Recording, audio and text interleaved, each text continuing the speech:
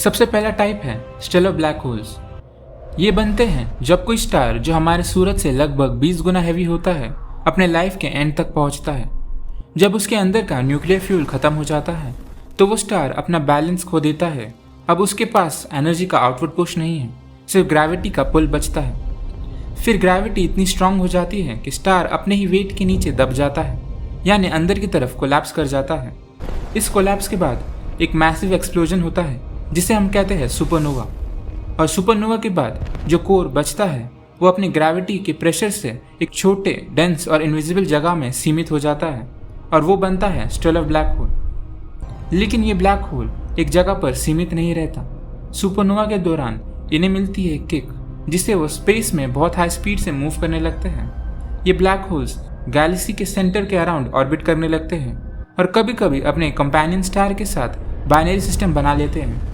और कुछ तो इतने स्ट्रॉन्ग किक्स से अपनी गैलेक्सी के बाहर निकल जाते हैं और अकेले स्पेस में ट्रैवल करने लगते हैं।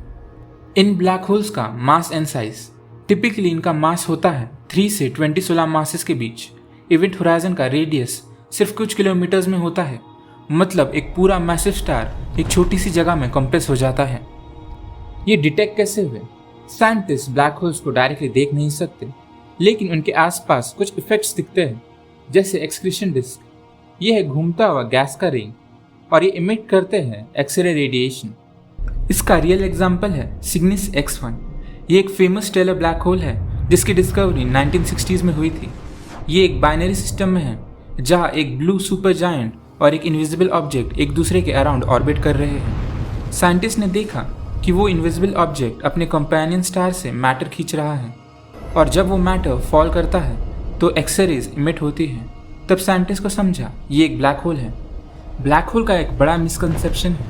लोग सोचते हैं कि ब्लैक होल एक कॉस्मिक वैक्यूम क्लीनर है जो आसपास की सभी चीज़ों को तुरंत खींच लेता है, लेकिन ब्लैक होल सिर्फ उस मैटर को खींचता है जो उसके इवेंट होराइजन को क्रॉस करता है।